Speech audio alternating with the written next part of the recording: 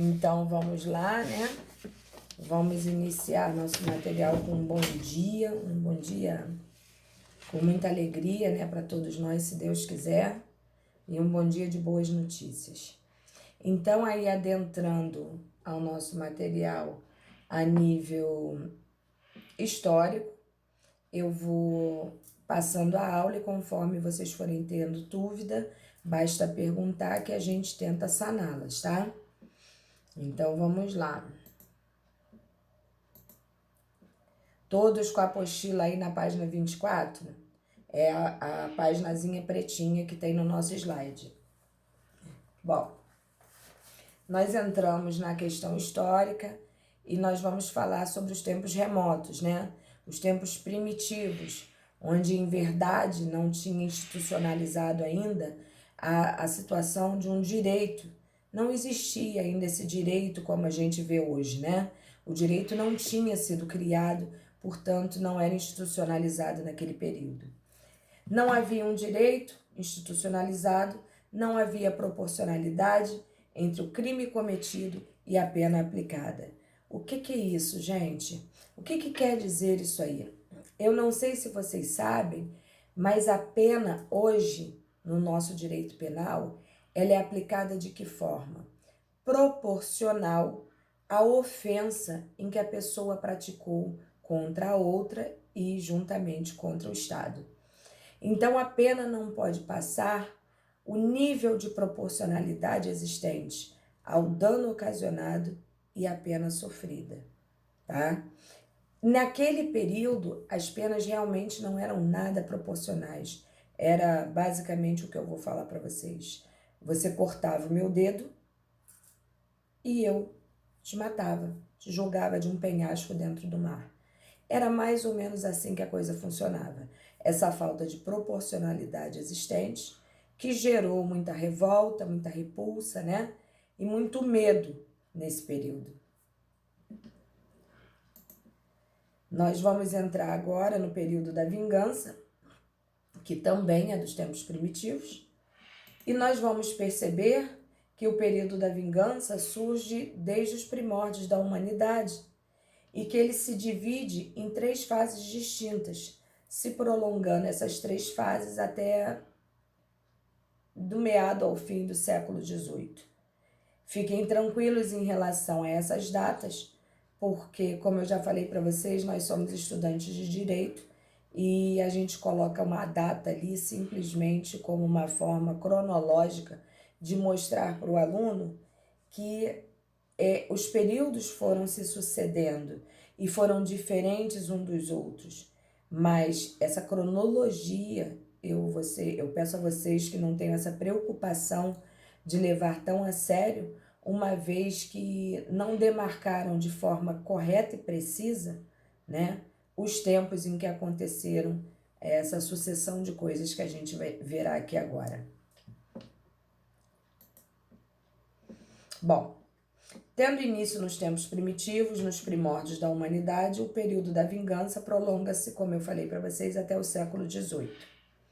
Nos tempos primitivos não se admitia a existência de um sistema orgânico de princípios gerais, ou seja, não se existia naquele período uma legislação que fundamentasse todas as atitudes praticadas pelo homem, sejam elas positivas ou negativas, certas ou erradas, e até mesmo o nível de pena que aplicava seu infrator. Então não existia uma legislação positivada, né? Não existia um código do qual eles fossem lá e olhassem, isso daqui cometeu essa situação aqui, então tem que ser levado a um julgamento para que receba uma pena. Não, nesse período não existia isso.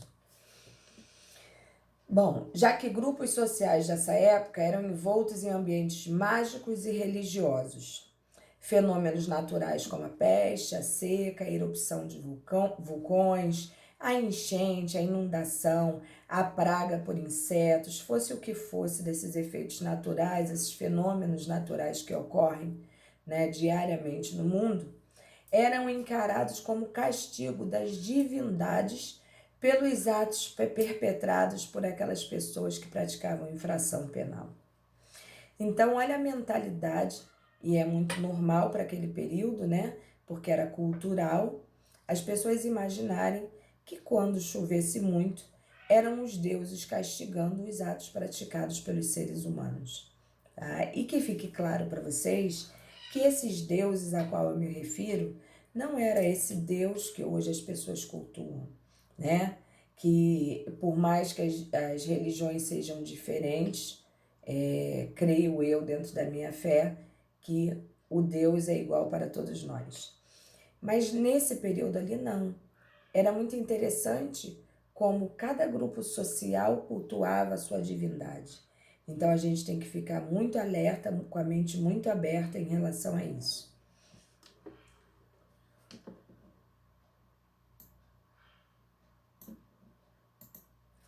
Bom, como eu falei para vocês, esse período da vingança ele se dividiu, né, em 3 fases distintas, do qual uma é chamada de período da vingança privada, o outro é chamado princípio da período da vingança divina e o outro da vingança pública, que nós vamos ver que mais se enquadra a questões políticas do que as duas primeiras.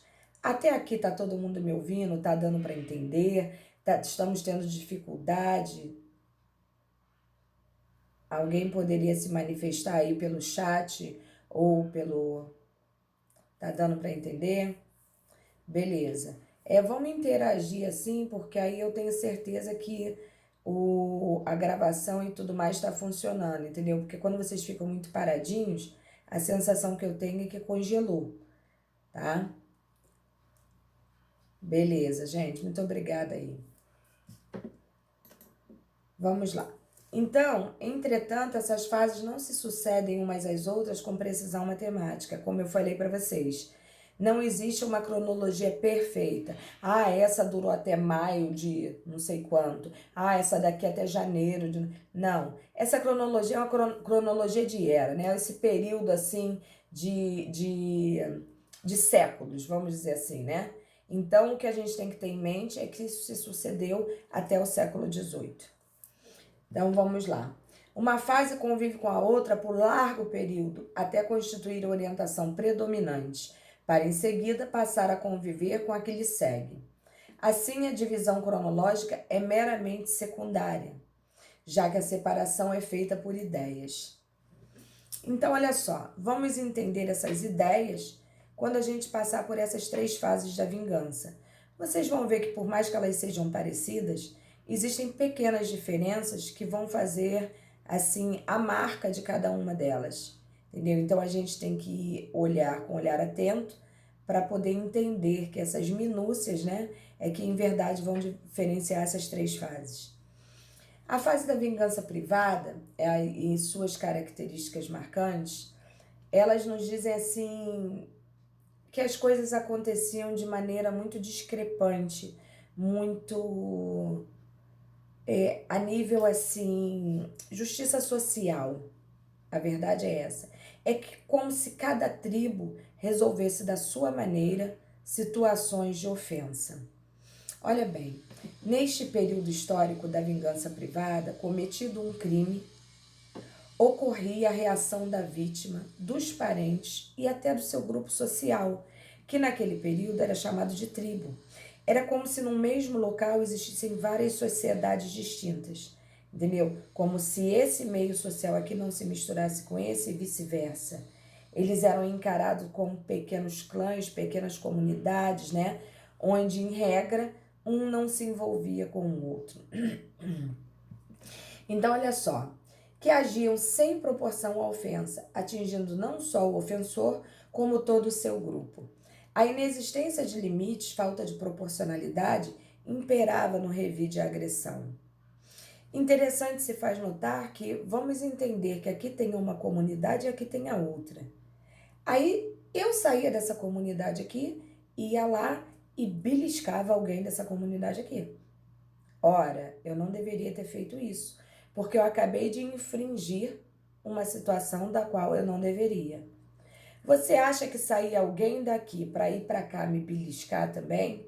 Não. Se tivesse que sair toda essa sociedade daqui por causa de um beliscão enfrentar todo mundo dessa daqui por causa de uma pessoa era o que ocorria. Por isso que a gente fala dessa falta de proporcionalidade. Porque não existia um equilíbrio na ofensa praticada. Eu te arrancava um dedo, tu mandava me matar. E não era só a mim. Mandava matar a mim, meu pai, minha mãe, meu irmão, meu filho. E ficava por isso mesmo. Entendeu? Era mais ou menos assim que a coisa funcionava. Era agressão para agressão. No entanto, era um tapa na cara para 4 pedradas na cabeça. Entendeu? Então, realmente não existia proporcionalidade nenhuma. Essa é uma das maiores características do período da vingança privada aí. 2 grandes regulamentações neste período vieram a fazer realmente uma diferençazinha, ainda que mínima, mas geraram uma influência muito grande a esses revides desproporcionais. Com o evoluir dos tempos, encontraram-se fundadas na vingança privada a lei de talião e a composição. Provavelmente vocês já ouviram falar na lei de talião, né? Dente por dente, olho por olho, e acredito que vocês tenham estudado isso em História do Direito, Filosofia do Direito, Sociologia do Direito, Introdução ao Direito. Acho que vocês devem ter uma base até maior do que a que eu estou dando vocês aqui sobre a lei de talião. Né? A lei de talião, ela me parecia assim, uma coisa muito agressiva, mas pelo menos ela gerava um pequeno equilíbrio, né? Uma vez que era dente por dente, olho por olho. Eu perdi um dente, tu perde o teu também. Eu perdi um olho, tu arranca o teu. Entendeu? Então não me parecia uma coisa assim, pro período, né? Tão insuportável de resistir. E a segunda situação era a composição, que como nós vamos ver no próximo slidezinho, se tratava assim de compor mesmo, né?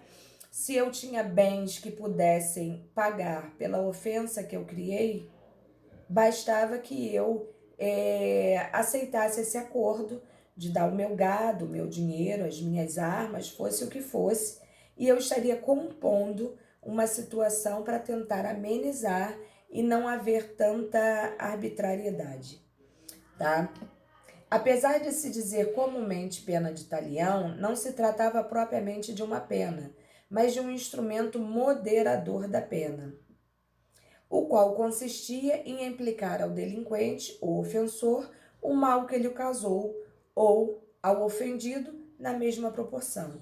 Então já vimos aí que no final desse período da vingança, né, a coisa já foi tomando um corpo diferenciado, uma vez que a falta de proporção começou a se ajustar pela lei de talião.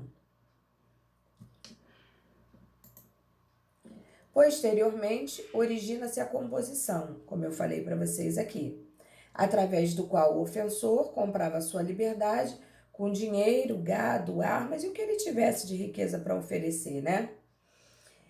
Adotada também pelo Código de Hammurabi, na Babilônia, pelo Pentateuco dos Hebreus e pelo Código de Manu, na Índia. Foi largamente aceito pelo direito germânico, sendo a origem remota das indenizações cíveis e das multas penais.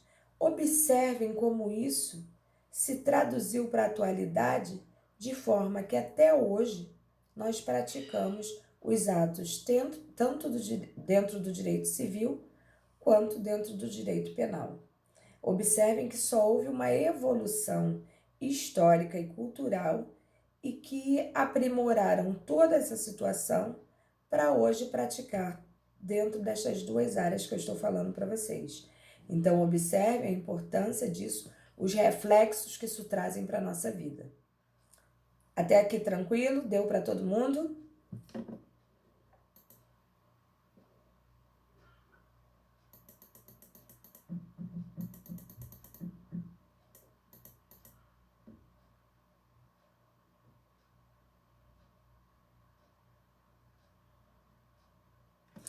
Bruno, só conserta aí, Bruno. É Paula, entendeu? Eu sei, as pessoas falam que eu tenho cara de Carla, mas é Paula, entendeu? Mas eu também tô morrendo de saudade de vocês, ó.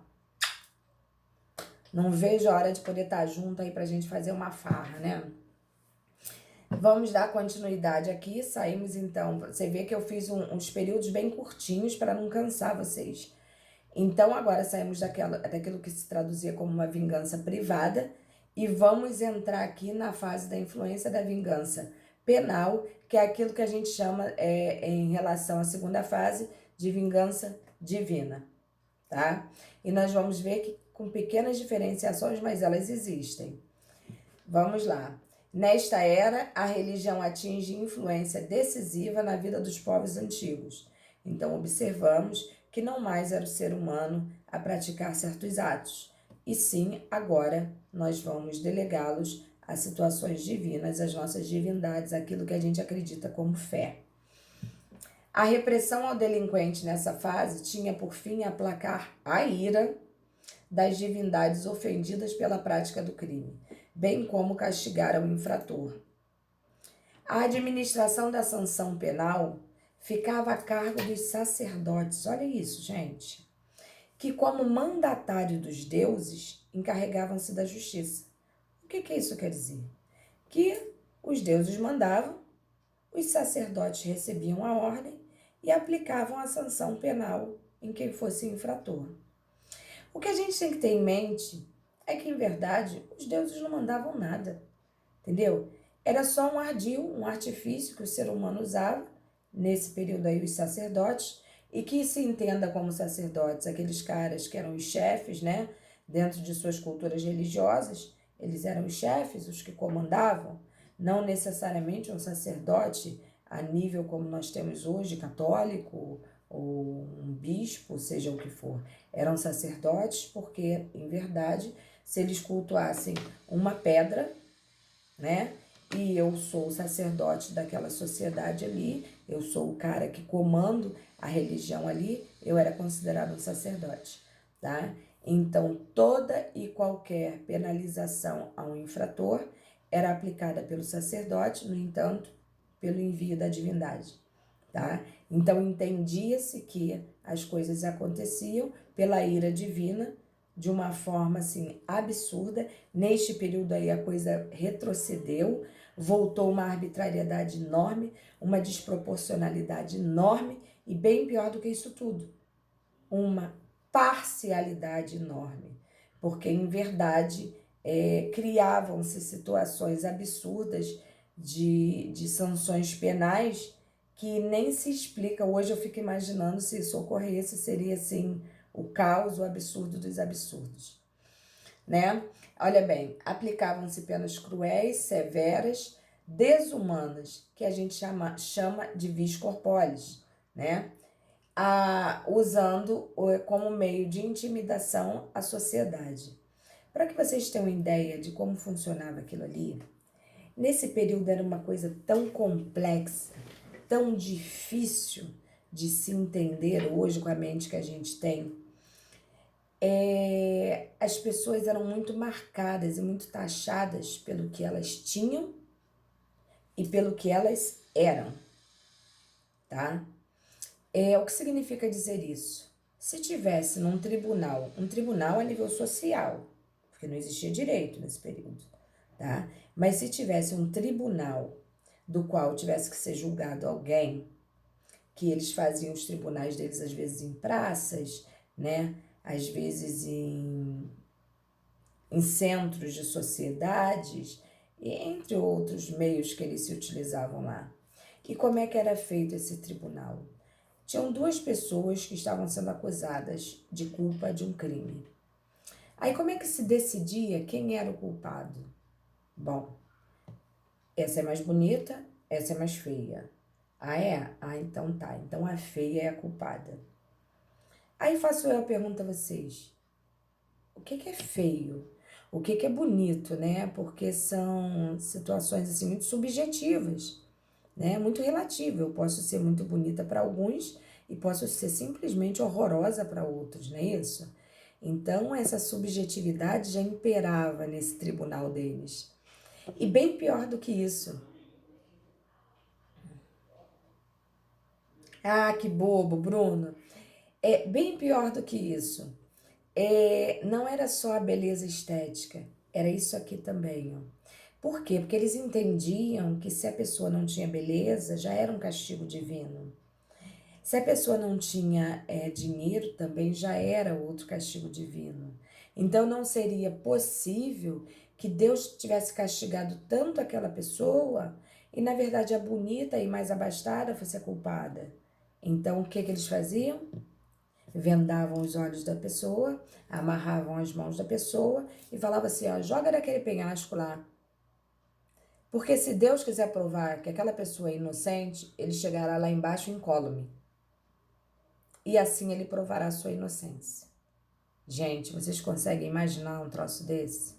Tu descer um penhasco, ser jogado de um penhasco e chegar lá embaixo sem um arranhão, para provar que realmente eu não dei causa, eu não tive culpa daquela situação que me colocaram ali, e eu só paguei por aquela pena ali porque eu sou feia, sou pobre, ou então não sei me comunicar, não sei falar, ou nasci com uma deficiência física.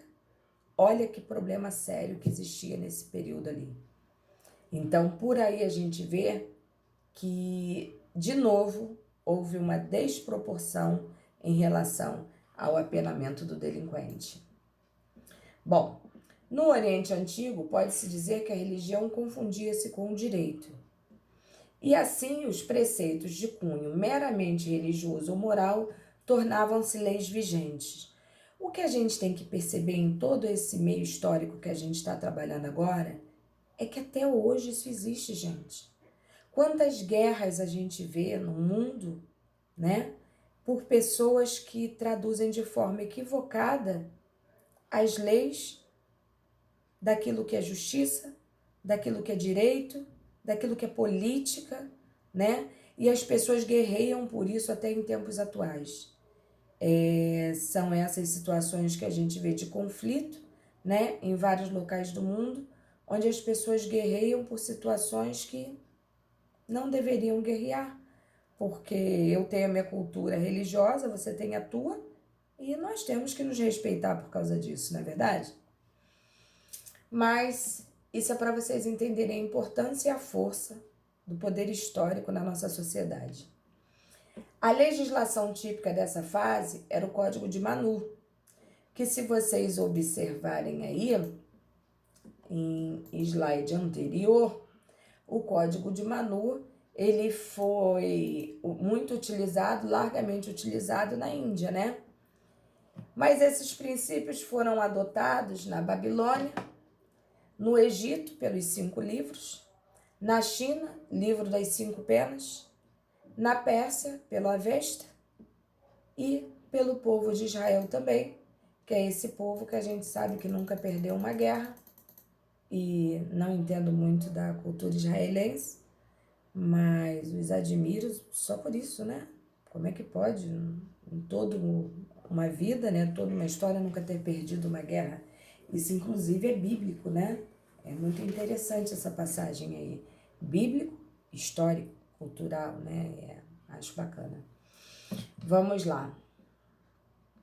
Saímos, então, ficou claro para vocês a diferença entre a vingança, o período de vingança privada e o período de vingança divina? Deu para diferenciar, ainda que minimamente, a exortação de um período por outro? Entendeu? A diferenciação de como as coisas funcionavam e as pessoas agiam em virtude daquilo ali, deu para vocês terem uma leve ideia de como funcionava? Beleza, Fabiana, muito obrigada. Valeu, Regina. Bom, então vamos passar aí. Valeu, meu povo, valeu mesmo. Muito obrigada. Vocês são fantásticos. Fantastic. Vamos lá. E se vocês não estiverem entendendo, ou se vocês quiserem interagir, por favor, né? Porque eu fico falando. É diferente da nossa aula presencial, né? Que a gente fala, a gente brinca, a gente ri, a gente conta uma piada e dá a matéria de novo, né? Aqui é meio diferente, né? Tinha caído e voltei, perdi o final. Ai, Bruno. Eu tô gravando a aula para postar para vocês no YouTube. Eu depois vou passar o acesso para vocês. Eu não sei se eu já passei, né? Mas se não passei, eu vou passar. Passo hoje ainda o acesso para vocês. Você passa de 3 mil salário? Não tem. 2 salários mínimos. É só fazer o que pede.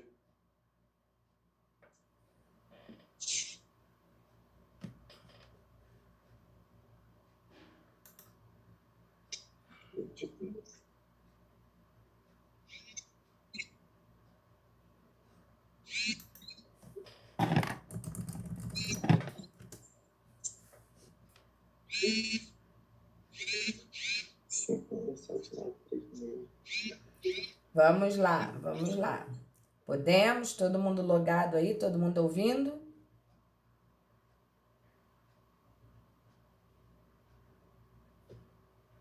Vamos lá. Bom, voltando aqui, vamos entrar na fase da vingança pública, que também, com pequenas nuances diferenciadoras, nós vamos conseguir perceber que, ainda que minimamente, a coisa funcionou diferente. Vamos lá. Com uma sociedade um pouco mais organizada, especialmente no que tangia ao desenvolvimento do poder político, surge no seio das comunidades a figura do chefe ou da assembleia. Então, observem pelos nomes, pela forma de agir, que aí, neste período, começou-se o envolvimento político, né? Não essa política que a gente vê hoje, em tempos atuais, mas começou um raciocínio a nível político neste período ali, onde existia uma assembleia, um conselho, né? Onde se reuniam para tomar decisões, e aí começam realmente os líderes, né, a despontar, entre outras situações. A pena, portanto, perde sua índole sacra para transformar-se em uma sanção imposta em nome de uma autoridade pública. Perceberam? A qual representava os interesses da comunidade em geral. Não era mais o ofendido, ou mesmo os sacerdotes, né, o ofendido, na fase da vingança privada, e os sacerdotes na fase da vingança divina. Os agentes responsáveis pela sanção, mas sim o soberano, fosse ele rei, fosse ele príncipe, fosse ele regente, era aquele cara que comandava na época, era aquele cara que detinha o poder de toda a sociedade. Ele mandava e as pessoas obedeciam. Este exercia sua autoridade em nome de Deus e cometia também inúmeras arbitrariedades, tá? Observem que aqui, quando a gente fala dos sacerdotes, eles recebiam orquestramentos divinos, né? E eram vários sacerdotes dentro de uma sociedade aplicando arbitrariamente aí, penas a nível divino, né? Neste caso aqui, não. Era uma autoridade, como um rei, né? Em nome de Deus. Em nome, como se Deus tivesse passado uma procuração para ele. Entendeu? Então, percebam a pequena diferença em relação ao período anterior. A pena de morte nesta época era uma sanção largamente difundida. Isso daí a gente já até imagina, né? Que morte devia ser igual toma-leite, né? E aplicada por motivos que hoje são considerados insignificantes. Para que hoje seja aplicada em qualquer lugar do mundo uma pena de morte, né? No mínimo, no barato, você tem que ter matado alguém também. Naquele período, não, tá? Você roubava aquilo que era uma preciosidade para uma pessoa de situação mais abastada e já era o suficiente para mandar você para o além, entendeu? Não tinha o menor preconceito à morte. Vamos lá. Usava-se mutilar o condenado. O que seria isso? Ah, você roubou? Faz o seguinte, bota a mãozinha aqui em cima, vamos arrancar. Pá! Arranca-se a mão para marcar aquela pessoa, para quando ela passar na rua, as pessoas verem que ela era ladra. Porque quem não tinha mão era porque tinha roubado. Então todo mundo já ficava de olho aberto, prestando atenção. E se você necessitasse, por exemplo, de um cargo, de um emprego qualquer, obviamente ninguém lhe daria, uma vez que você ficou sem mão E se você ficou sem mão, você não era lá grandes coisas, né? Então, olha bem, confiscavam seus bens e estender a pena além da pessoa do apenado. Geralmente atingia-se os familiares e os delinquentes. Olha que coisa interessante. Sei que vocês ainda não entraram nessa seara do direito constitucional, do direito penal em longa escala, né? E, em verdade, até mesmo no direito civil a gente ouve falar muita coisa desse nível. Mas hoje a gente vê o reflexo disso dentro de uma sociedade, uma vez que hoje a pena não passa da pessoa do condenado. O que que significa dizer? Que se eu fui condenada a alguma coisa e eu morro, meu pai vai ter que pagar a pena por mim, meu irmão vai ter que pagar a pena por mim. Não. Foi você que cometeu o crime, você que tem que cumprir a pena, tá? Naquele período ali, não. Você cometia o crime e a pena poderia se estender a qualquer pessoa da sua família ou da sua convivência. A verdade é essa. Então, por aí a gente vê que as coisas foram tomando corpo e que hoje são bem diferentes. Embora a criatura humana vivesse aterrorizada nesse período da história, devido à falta de segurança jurídica, verificou-se um grande avanço no fato de a pena não ser mais aplicada por terceiros, e sim pelo Estado. Então, observem que ainda neste período aí, as pessoas preferiam que a pena fosse aplicada pelo Estado do que por qualquer outro ente ou pessoa.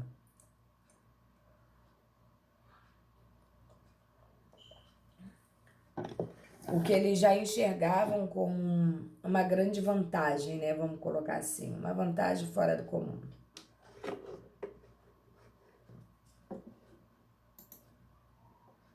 Bom, entramos aí no período humanitário, apostilinha número 39.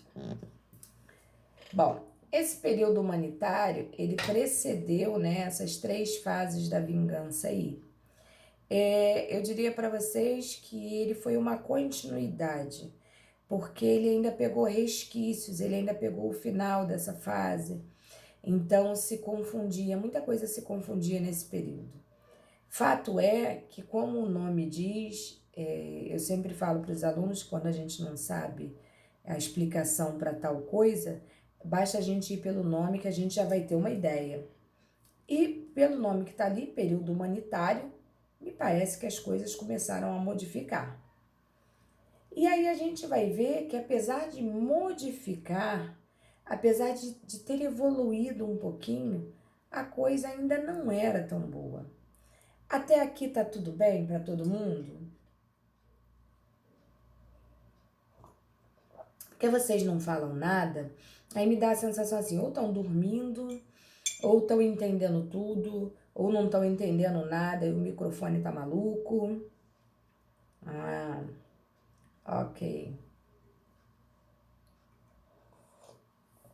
É legal que a aula que eu dei ontem, a aula é 7h20 da manhã. E aí é muito engraçado porque a gente vê aluno deitado na cama, com a cara amarrotada ainda, com a cabeça no travesseiro. Olha, eu vou te falar, é muito bom. Muito bom de verdade, né? E professor também, né? Aparece com a mesma cara, né? Muito obrigadinho. Olha, gente, vou te falar, o tratamento é VIP. Que fome. Vocês me perdoem. Mas aqui em casa, né, a gente comete essas atrocidades, né? A gente fica dando aula aqui, aí as pessoas vão trazendo chazinho, cafezinho, comidinha. Mas tá bom. Vamos lá. Não entenderam? É só falar. Ai, Bruno, o Bruno é ótimo, né? O Bruno é de um senso de humor, assim, fantástico. Eu queria ter, Bruno, esse senso de humor aí essa hora da manhã. Juro por Deus. Que paparicação. Ah, é. É mesmo. Vocês não viram nada. Tem uma matéria que eu dou aula 4